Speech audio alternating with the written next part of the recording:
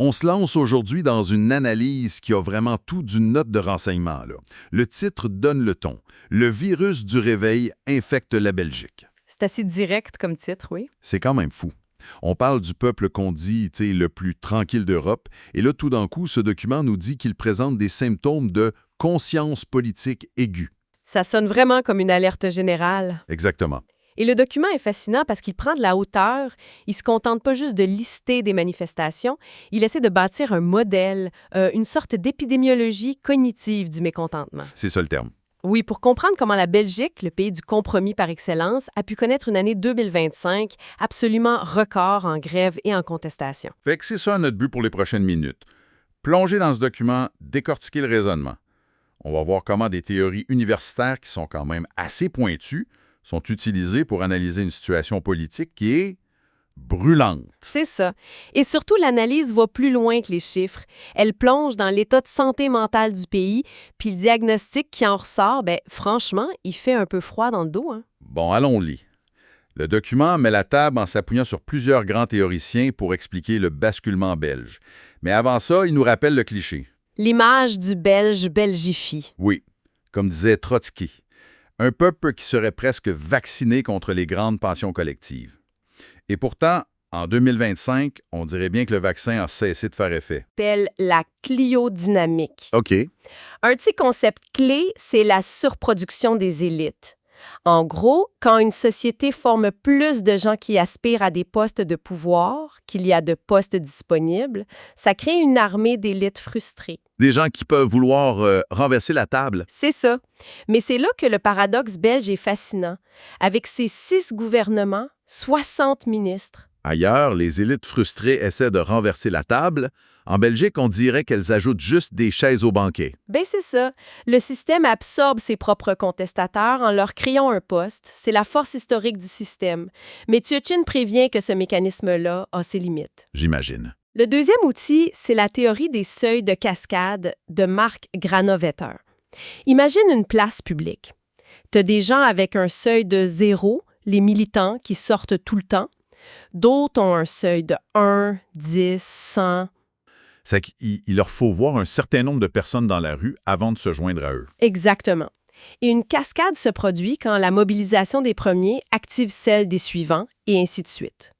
Le document soutient qu'historiquement, les Belges avaient des seuils très élevés, ouais. Mais là, quelque chose en 2025 les a fait chuter drastiquement. Collectivement. Oui. OK. L'idée des seuils qui baissent, je la saisis. Mais ça n'explique pas pourquoi ils baisseraient tous en même temps. Ça prend quelque chose sous la surface, un mécontentement que personne voit mais que tout le monde ressent. On y arrive. C'est le concept le plus crucial et le plus inquiétant pour un pouvoir fort. La falsification des préférences de Timur Kuran. La falsification des préférences. Kuran dit que sous une forte pression sociale, les gens mentent sur leurs véritables opinions pour éviter les problèmes. Ils disent ce qu'ils pensent que les autres veulent entendre. Ça crée un décalage immense entre ce que les gens disent en public et ce qu'ils pensent vraiment. Précisément. Le calme de surface devient une illusion. Le pouvoir, lui, ne voit rien venir parce qu'il sonde des opinions publiques qui sont faussées. Et un jour, un petit événement peut révéler à tout le monde que leur colère privée est en fait largement partagée. Et c'est là que les seuils de Granovetter s'effondrent d'un coup. D'un seul coup. C'est ce qui explique la surprise de la chute du mur de Berlin ou du printemps arabe. L'auteur de la note a une formule assez savoureuse pour ça. Ah oui? Il dit « pchi ». Le Belge qui pense révolution dit « il fait beau aujourd'hui, non ?» C'est une image incroyablement forte. Ça veut dire qu'on pourrait être assis sur un volcan sans le savoir. Est-ce qu'on a une idée de la masse critique qu'il faudrait pour que ça bascule? On y vient. Damon Santola, un chercheur, a modélisé ça et a démontré qu'il suffit d'une minorité engagée et visible d'environ 25 % pour faire basculer une norme sociale. 25 %. En Belgique, 25 %, ça représente 2,9 millions de personnes. Et l'analyse nous rappelle qu'il y a 3 millions de syndiqués et 1,9 million de personnes qui vivent sous le seuil de pauvreté. Donc, les bassins de recrutement potentiels pour atteindre ce point de bascule, ils sont là, mathématiquement. Ils sont bien présents. On a le cadre théorique, mais l'analyse ne s'arrête pas là. Elle plonge dans ce qu'elle appelle le diagnostic clinique de la Belgique. Et là, les chiffres sont percutants. Le mot « épidémie » du titre prend tout son sens. Oui, On sort de la théorie pour entrer dans les données de santé publique. Et c'est une douche froide. Selon l'Institut Sciensano, en 2024, 37,5 % des Belges déclarent ne plus avoir la pleine capacité mentale pour affronter les défis du quotidien. 37,5 %? C'est plus d'un tiers de la population. C'est énorme, là. Attends, ça continue. Un Belge sur 4 a consommé au moins un psychotrope en 2022. Et la consommation d'antidépresseurs a explosé. C'est-à-dire? Plus 70 % en 5 ans chez les adultes et plus 60 % chez les adolescents. C'est une vague de détresse silencieuse qui est en train de déferler sur le pays. Le document pose d'ailleurs une question brutale, une vraie claque. Combien de Lexapro faut-il pour empêcher 11 millions de personnes de regarder leurs fiches de paye? C'est une question qui frappe. L'idée, c'est que la surmédication sert d'anesthésion sociale. Mais est-ce que ça rend pas les gens plus passifs, justement? C'est une excellente question et c'est au cœur de l'analyse. À première vue, oui, ça paralyse. C'est lié à la théorie de l'impuissance apprise de Martin Seligman. L'impuissance apprise, ça veut dire que les gens finissent par juste baisser les bras. Exactement. Si tu es exposé de façon répétée à des chocs négatifs que tu ne peux pas contrôler, tu finis par devenir passif. La note fait un lien direct avec les 549 996 personnes en incapacité de travail de longue durée en Belgique, Presque un demi-million de personnes. dont 38 % pour des troubles psychiques. On parle d'un demi-million de citoyens officiellement reconnus comme trop malades pour travailler. C'est un bassin d'impuissance colossal. OK, je vois. Mais, et c'est ça le point de bascule, cette impuissance n'est pas permanente. Elle peut être rompue.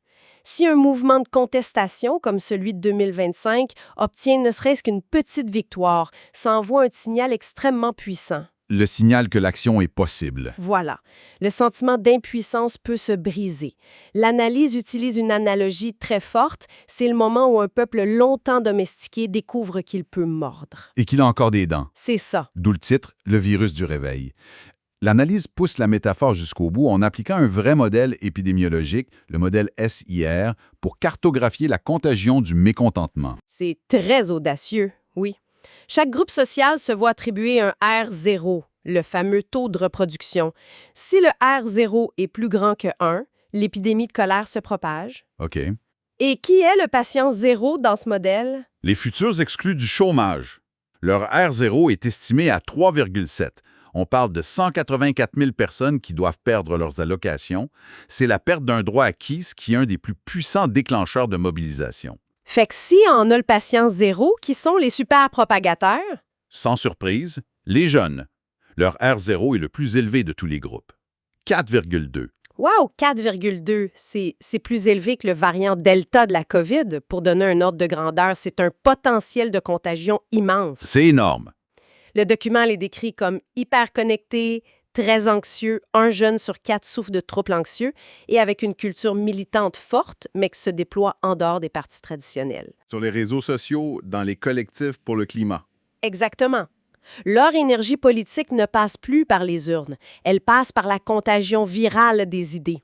Et les autres groupes. On a les malades de longue durée, que la note appelle l'armée des 550 000 fantômes, R0 de 2,1.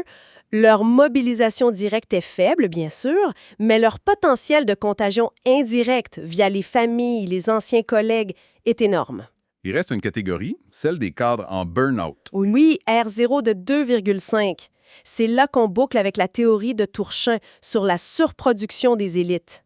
Ces aspirants élitaires frustrés, ils vont pas monter sur les barricades.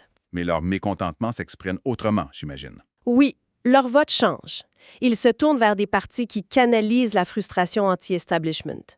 L'analyse fait un lien direct entre ce groupe et la croissance spectaculaire du PTB, le Parti du travail de Belgique. Une croissance que la note qualifie de « signe noir de la particratie belge Un événement totalement imprévu qui rebat les cartes. ». OK, donc pour résumer, on a les exclus comme point de départ, les jeunes pour propager, les malades comme réservoir silencieux et les cadres frustrés qui changent le jeu politique.